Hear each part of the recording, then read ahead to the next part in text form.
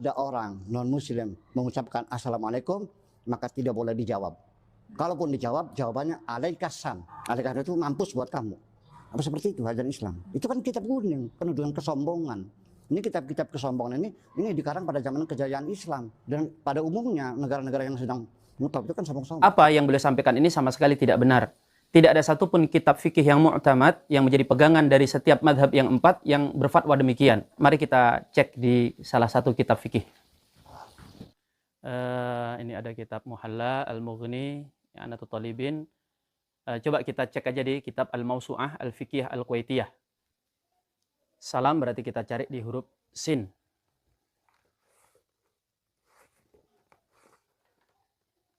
Nah, kita coba cari di jilid ke-25-nya. Dikatakan, wa amma raddas salam ala ahli dhimmah fala ba'sa bihi 'indal Hanafiyah wa huwa jaizun aidan 'indal Malikiyah wa la yajibu illa idza tahaqqaqa al-musallim min al-lafdhis salam min adh-dhimmi wa huwa wajibun 'inda Syafi'iyah wal Hanabilah.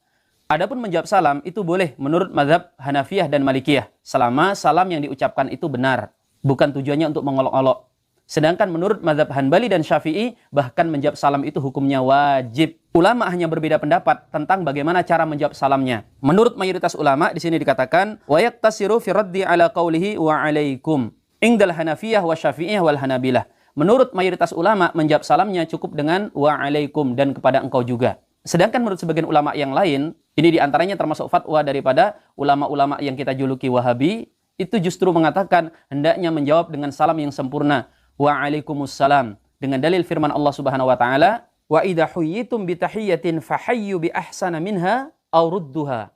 Kalau kalian diberikan penghormatan, maka jawablah penghormatan itu dengan yang lebih baik atau minimal yang serupa. Lalu kira-kira dari mana dasarnya beliau mengatakan bahwa kalau ada orang kafir mengucapkan salam, katakan celaka kepada engkau? Ternyata ini bersumber dari sebuah riwayat hadis yang beliau baca dengan cara pemahaman yang sungsang, yang terbalik. Disebutkan dalam sebuah hadis riwayat Muslim bahwa datang beberapa orang-orang Yahudi dan kemudian mengucapkan salam kepada Rasulullah dengan tujuan mengolok-olok beliau. Mereka mengatakan, Assalamualaikum, kecelakaan atas engkau. Maka Ummul Mukminin Aisyah yang kala itu bersama Rasulullah, beliau langsung menjawab, Bal wa'alaikumussalam wa la'nah. Aisyah menjawab, bahkan untuk kalianlah kecelakaan dan laknat.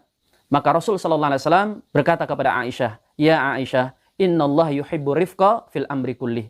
Wahai Aisyah, Allah mencintai kelembutan dalam segala hal. Rasul malah menegur apa yang dilakukan oleh Aisyah. Nah, Aisyah kala itu seperti tidak terima mengatakan, Alam tasma' ma qalu? Ya Rasulullah, tidakkah Anda mendengar apa yang mereka katakan barusan? Maka Rasul mengatakan, Qad qultu wa 'alaikum. Iya, aku dengar dan sudah aku jawab atas kalian juga. Jadi Rasul menjawab dengan lembut dan kepada kalian. Celaka untukmu wahai Muhammad, ya untukmu juga. Maka kita perhatikan bahwa justru apa yang ada dalam hadis ini bertentangan dengan apa yang beliau katakan. Di hadis ini justru Rasul mengajarkan ketika orang-orang non-muslim mengolok-olok salam sekalipun, maka jangan dijawab dengan olokan yang sama, cukup dijawab dengan wa'alaikum. Hadis yang begitu jelas, entah mengapa sampai beliau pelintir, kemudian dialamatkan kepada para ulama-ulama menjadi tuduhan bahwa ulama mengajarkan kesombongan. Padahal tidak demikian. Silahkan dibuka di dalam semua kitab fikih. Para ulama mengajarkan agar kita menjawab salam dari non-muslim. Mereka hanya berbeda pendapat tentang bagaimana cara menjawabnya. Tetapi tidak ada satupun yang mengajarkan dalam kitab-kitab fikih agar kita mendoakan laknat kepada mereka. Maka kami ingatkan kepada saudara-saudara kami dari luar agama Islam, janganlah Anda menukil pendapat-pendapat yang aneh, yang nyeleneh. Mari kita jaga toleransi dan kebersamaan dengan cara yang baik dan benar. Jangan mengangkat pendapat-pendapat dari ahli agama yang kontroversial, yang justru itu nanti bisa merusak toleransi dan hubungan baik antara umat beragama. Mari kita saling menghargai, lakum dinukum waliyadin. Bagi kami agama kami dan bagi kalian agama kalian. Jika kita hendak mencari kebenaran dari masing-masing agama, maka lakukanlah dengan cara diskusi yang baik, adu pendapat yang terhormat, bukan dengan cara nyinyiran yang tidak berdasar.